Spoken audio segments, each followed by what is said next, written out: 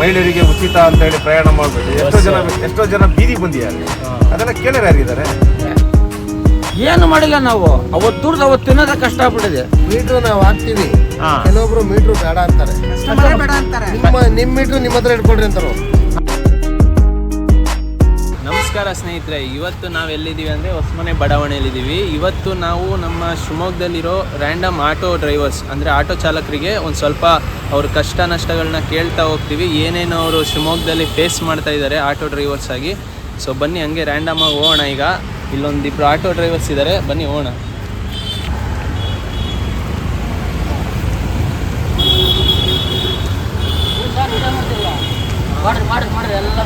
ನಮಸ್ತೆ, ನಿಮ್ಮ ಹೆಸರಣ್ಣ? ಹನುಮಂತಪ್ಪ.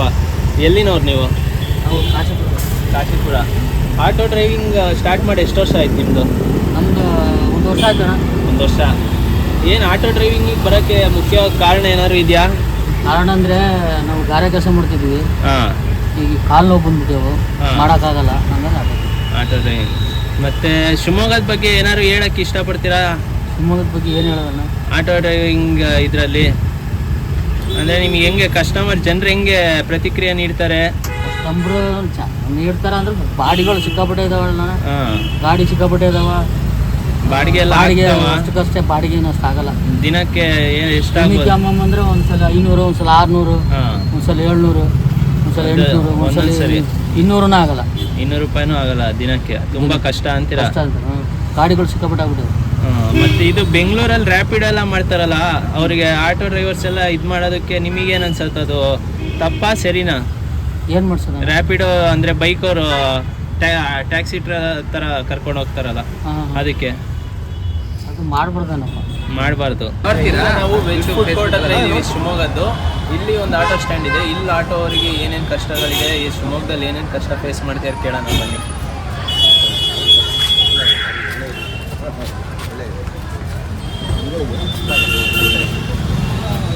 ನಮಸ್ತೆ, ನಿಮ್ಮ ಹೆಸರು? ನೀವು ಶಿವಮೊಗ್ಗದಲ್ಲಿ ಎಷ್ಟು ವರ್ಷದಿಂದ ಇದ್ದೀರಾ ಅಣ್ಣ? ನಾನು ಶಿವಮೊಗ್ಗ ಅಂದರೆ ಈ ಡ್ರೈವಿಂಗ್ ಡಿಪಾರ್ಟ್ಮೆಂಟಲ್ಲಿ ಆಟೋ ಡ್ರೈವಿಂಗ್ 18 ಇಯರ್ಸ್ ಆಗಿದೆ. ನಿಮಗೆ ಶಿವಮೊಗ್ಗ ಸುತ್ತಮುತ್ತ ಗೊತ್ತಿದೆ ಹೆಂಗೆ? ನಿಮಗೆ ಶುರು ಮಾಡಿದಾಗ ಹೆಂಗಿತ್ತು, ಇವಾಗ ಹೆಂಗಿದೆ ಬದಲಾವಣೆಗೆ? ಇವಾಗ ಚೇಂಜಸ್ ಆಗಿದೆ. ಆಟೋಗಳು ಎಷ್ಟಾಗಿದೆ? ಆಟೋಗಳು ತುಂಬ ಜಾಸ್ತಿ ಆಗಿದೆ. ಏನೇನು ಕಷ್ಟಗಳು ಹೆಂಗೆ ಫೇಸ್ ಮಾಡ್ತಿದ್ದೀರಾ? ಫೇಸ್ ಏನು ಮಾಡೋಕ್ಕಲ್ಲ, ಬರುತ್ತೆ, ಫೇಸ್ ಮಾಡ್ಕೊಂಡು ಹೋಗ್ಬೇಕು. ಕಷ್ಟಗಳು ಬರುತ್ತೆ. ಮನುಷ್ಯನಿಗೆ ಬರದೆ ಮರಕ್ಕೆ ಬರುತ್ತಾ? ಅಲ್ಲ, ಈಗ ಫೇಸ್ ಮಾಡ್ತಿದ್ದೀರಾ ಅಂದರೆ ಈಗ ಯಾವ ಥರ ಬಾಡಿಗೆ ಎಲ್ಲ ಹೆಂಗೆ ಆಗ್ತಿದೆ ನಿಮಗೆ? ದಿನನಿತ್ಯ ಖರ್ಚುಗಳಿಗೆ ಬಾಡಿಗೆ ಕಡಿಮೆ ಇದೆ, ಆಟೋಗಳೆಲ್ಲ ಜಾಸ್ತಿ ಆಗಿರೋದ್ರಿಂದ ಎಲ್ಲ ನಿರುದ್ಯೋಗಿ ಯುವಕರೆಲ್ಲ ಆಟೋನೇ ಓಡಿಸ್ತಿದ್ದಾರೆ. ಯಾರು ಬೇರೆ ಹಾರ್ಡ್ ವರ್ಕಿಗೆಲ್ಲ ಯಾರೂ ಹೋಗ್ತಿಲ್ಲ. ಓನು ಸ್ವಂತ ಉದ್ಯೋಗಗಳನ್ನು ಯಾರೂ ಮಾಡ್ತಾ ಇಲ್ಲ. ಎಲ್ಲ ಆಟೋ ಫೀಲ್ಡಿಗೆ ಬರ್ತಿದ್ದಾರೆ. ಇದರಿಂದ ಭಾಳ ಸಮಸ್ಯೆ ಆಗಿದೆ. ಅದು ಏನು ಮಾಡೋಕ್ಕಾಗಲ್ಲ. ಸಿಟಿ ದಿನದಿಂದ ಬೆಳೀತಾ ಇದೆ. ಫೇಸ್ ಮಾಡ್ಕೊಂಡು ಹೋಗ್ತೀನಿ. ನೀವು ಫೇಸ್ಬುಕ್ ಇದೆಲ್ಲ ಯೂಸ್ ಮಾಡ್ತೀರಾ? ನಾನು ಫೇಸ್ಬುಕ್ ಯೂಸ್ ಮಾಡ್ತೀನಿ.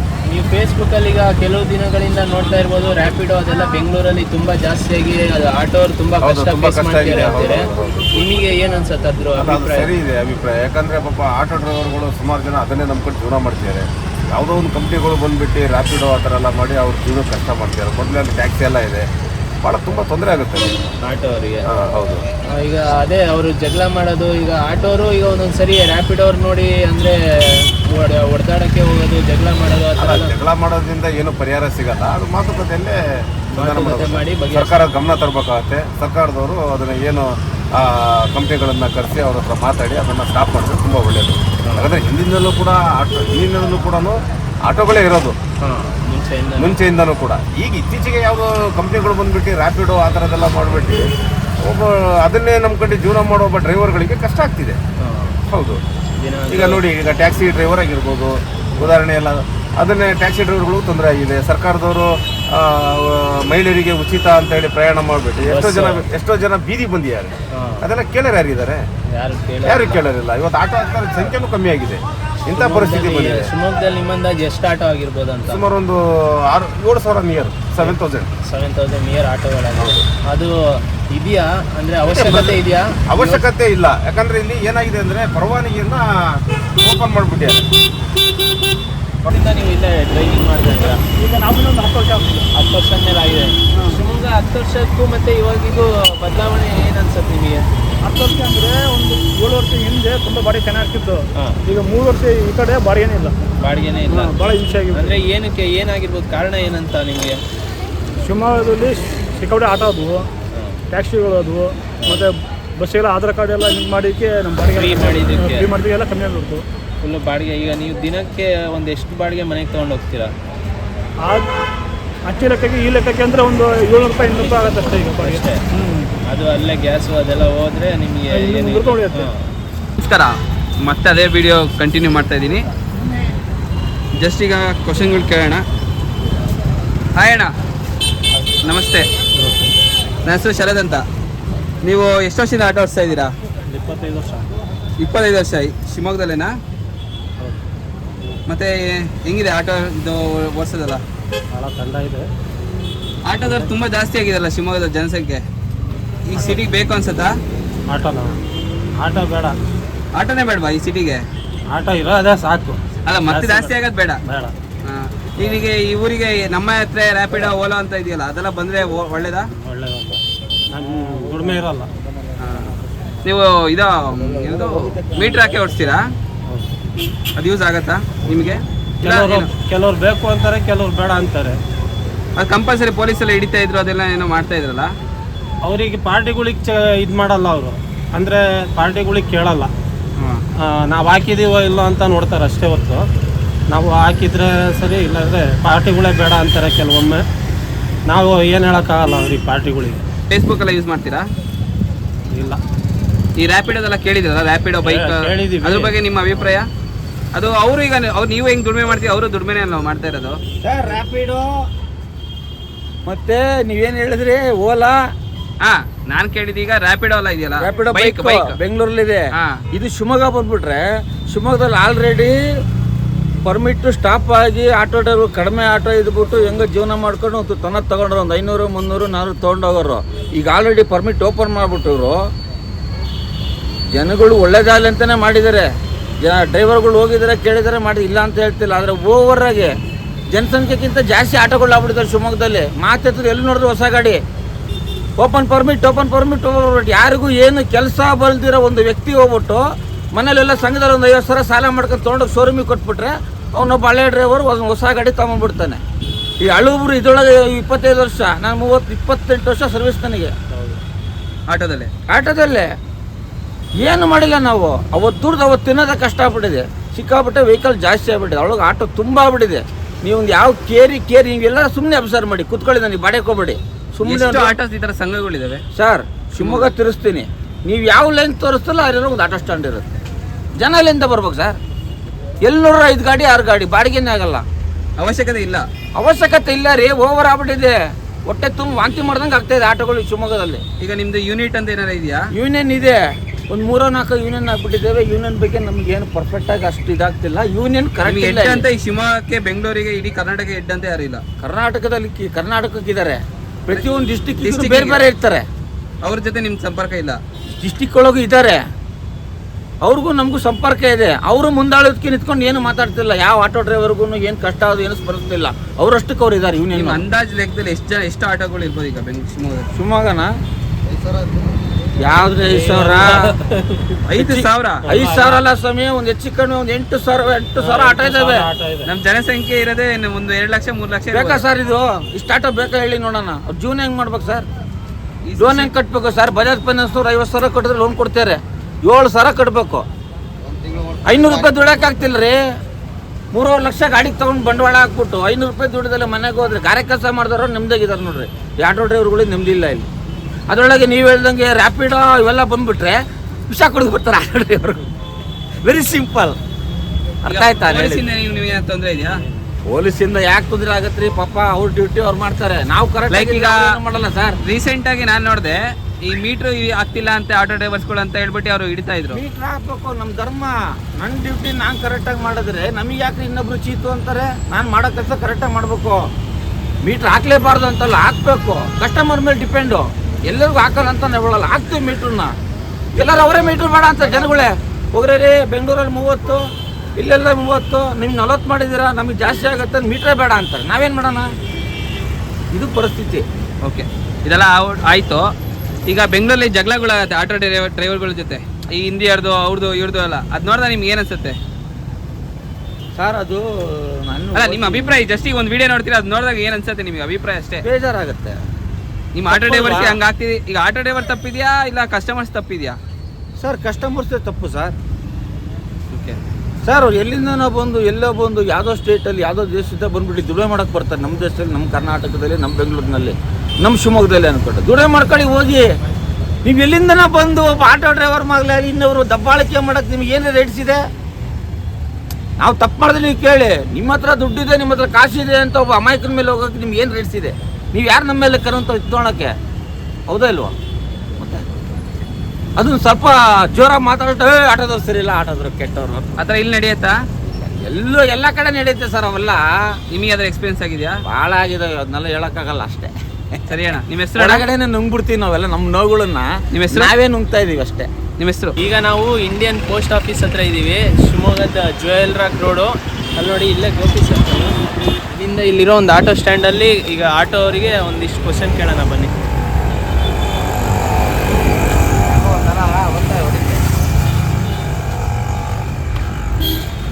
ಅಣ್ಣ, ಇಲ್ಲಿ ಯಾರು ತುಂಬ ವರ್ಷದಿಂದ ಆಟೋ ಡ್ರೈವಿಂಗ್ ಮಾಡ್ತಾ ಇದ್ದೀರಾ ನಿಮಗೆ ಅಲ್ಲಿ? ಅಣ್ಣ ನಿಮ್ಮ ಹೆಸರು? ಈರಪ್ಪ. ಈರಪ್ಪ, ನೀವು ಶಿವಮೊಗ್ಗದಲ್ಲಿ ಎಷ್ಟು ವರ್ಷದಿಂದ ಆಟೋ ಡ್ರೈವಿಂಗ್ ಮಾಡ್ತೀರಾ? 35 ವರ್ಷ ಆಯ್ತು. 35 ವರ್ಷ ಶಿವಮೊಗ್ಗದಲ್ಲೇ ಶಿವಮೊಗ್ಗದಲ್ಲೇ ಆಟೋ ಡ್ರೈವಿಂಗಲ್ಲಿ. Auto driving. ಇದೇ ಸ್ಟ್ಯಾಂಡಾ? ಈ ಸ್ಟ್ಯಾಂಡು ಜೈಲ್ ಸರ್ಕಲ್ ಅಲ್ಲಿ. ಓಕೆ ಫಸ್ಟ್ ಅಣ್ಣ. ಜೈಲ್ ಸರ್ಕಲ್, ಸೆಕೆಂಡ್ ಇದು. ಹೌದಾ, ಸರಿ ಅಣ್ಣ. ಈಗ ನೀವು ಶಿವಮೊಗ್ಗದಲ್ಲಿ ಇಷ್ಟು ವರ್ಷದಿಂದ ಡ್ರೈವಿಂಗ್ ಮಾಡ್ತೀರಲ್ಲ, ನಿಮಗೆ ಒಂದು 10 ವರ್ಷ ಹಿಂದಕ್ಕೂ ಮತ್ತು ಇವಾಗಿನಿಗೂ ಏನು ವ್ಯತ್ಯಾಸಗಳು ಕಂಡಿದ್ದೀರಾ ನೀವು? ತುಂಬ 1900ರಲ್ಲಿ 4 ರೂಪಾಯಿ ಮಿನಿಮಮ್ ಇತ್ತು. ಹಾಂ 4 ರೂಪಾಯಿ ಮಿನಿಮಮ್ ಇದ್ದಾಗ ಜೀವನ ಚೆನ್ನಾಗಿತ್ತು. ಹಾಂ. ಈಗ 40 ರೂಪಾಯಿ ಮಿನಿಮಮ್ ಆಗಿದೆ. ಏನು ಜೀವನ ಸರಿ ಇಲ್ಲ. 40 ರೂಪಾಯಿ ಆದ್ರೂ ಜೀವನ ಚೆನ್ನಾಗಿಲ್ಲ. ಏನಕ್ಕೆ, ಏನು ಅನ್ಸ್ಬೋದು ನಿಮಗೆ? ಏನಕ್ಕೆ ಕಾರಣ? ಏನು ಕಾರಣ? 500 ರೂಪಾಯಿ ತೊಗೊಂಡೋದ್ರೆ ಒತ್ಕೊಂಬರಕ್ ಆಗ್ತಿದ್ದಿಲ್ಲ ಸಾಮಾನು, ಅಷ್ಟು ಬರೋದು. ಹಾಂ, ಈಗ 5000 ತೊಗೊಂಡೋದ್ರೆ ಒತ್ಕೊಂಬರಕ್ ಆಗಲ್ಲ, ಲಾಸ್ಟ್ ಬರುತ್ತೆ. ರೇಷನ್ನು ರೈಟ್ ರೇಟ್ ಅಷ್ಟೇ ಎಲ್ಲದೂ ಅಷ್ಟೇ ಗಗನಕ್ಕೆ ಹೋಗಿದೆ. ಮತ್ತೆ ಆಟೋ ಅವಾಗ ಕಮ್ಮಿ ಇತ್ತು, ಹಾ. ಸಿಟಿ ಬಸ್ ಇರಲಿಲ್ಲ, ಹಾ. ಸಿಟಿ ಬಸ್ಸೇ ಇಲ್ಲ. ಶಿವಮೊಗ್ಗದಲ್ಲಿ 4 ರೂಪಾಯಿ ಮಿನಿಮಮ್. ಹಾಂ. ಈಗ 40 ರೂಪಾಯಿ ಮಿನಿಮಮ್ ಆದ್ರೂ ಜನ ಇಲ್ಲ. ಗಲ್ಲಿಯಲ್ಲೂ ಆಟೋ, ರೋಡಲ್ಲೇ ಆಟೋಗಳು. ರೋಡಲ್ಲಿ ಆಟೋ. ಆಟೋಗಳು ಹಾ. ಎಷ್ಟು ಆಟೋ ಆಗಿದೆ ಅಂತ ನಿಮ್ಮ ಅಂದಾಜು ಪ್ರಕಾರ? ಏನ್ ಶಿವಮೊಗ್ಗದಲ್ಲಿ? 4,000 5,000 ಮುಟ್ಟಿಲ್ಲ ಇನ್ನು. SMG ಪ್ರಕಾರ ಹಾಂ. 9,000 ಇಲ್ಲ ರೀ, ಸುಮ್ಮನೆ ಎಲ್ಲ ಸುಳ್ಳು.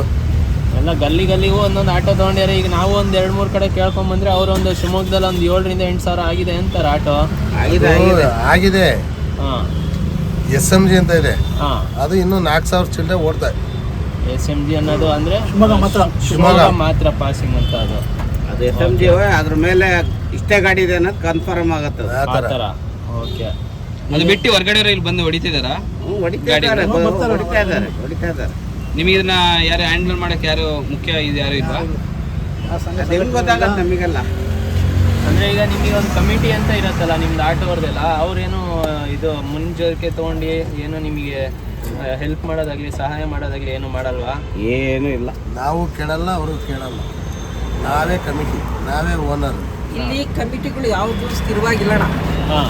ಯಾವುದು ಸ್ಥಿರವಾಗಿಲ್ಲ. ಎಲ್ಲ ಈಗ ಇಲ್ಲೊಂದು 20 ಜನ ಇದೀವಿ ಅಂದ್ರೆ ಇದೇ ಒಂದು ಕಮಿಟಿ. ಇಲ್ಲಿ ಇಂಡಿವಿಜುವಲ್ ಹೋಲ್ಸೇಲ್ ಆಗಿ ಜಿಲ್ಲೆ ಮತ್ತೆ ತಾಲೂಕು ವೈಸ್ ಯಾವುದು ಸಂಘಟನೆಗಳನ್ನು ನಾವು ಎಲೆಕ್ಷನ್ ತರ ಮಾಡ್ಕೊಂಡು ನಿಮ್ದೇ ಇಲ್ಲ ಆ ಥರ ಯಾವುದೂ ಮಾಡಿಲ್ಲ. ಆ ಥರ ಯಾವುದೂ ಮಾಡಿಲ್ಲ. ಏನದ್ರ ಬಗ್ಗೆ ಇದು?